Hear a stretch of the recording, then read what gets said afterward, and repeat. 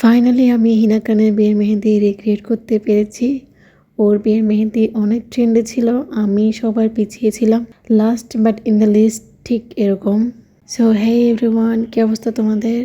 আজকে আমি রিক্রিয়েট করছি হিনা খানের বিয়ের হাতের মেহেদি। এটা দেখতে অনেকটা সিম্পল মনে হলেও ডিজাইন করতে গেলে বুঝবা যে কত বেশি সময় লাগে।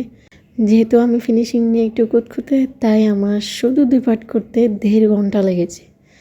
ডিজাইনটি সম্পূর্ণ লোটাস বেস ছিল, খুবই এলিগেন্ট একটা ডিজাইন। হিনা খানের বিয়ের মেহেদি আর্টিস্ট ছিলেন ভিনা নাগরা। তিনি একজন সেলিব্রিটি মেহেদি আর্টিস্ট। বলিউডের এমন কোনো অ্যাক্ট্রেস নেই যাকে তিনি মেহেদি পরাননি। আমি তাকে ইনস্টাগ্রামে ফলো করি, তো ওনার এক ইন্টারভিউতে জানতে পারলাম মেহেদি ডিজাইনে সর্বপ্রথম লোটাস আসার গল্প। শিল্পা শেট্টির বিয়ের সময় সে চেয়েছিল তার হাতে সে ধর্মীয় মূর্তির পোর্ট্রেট করবেন।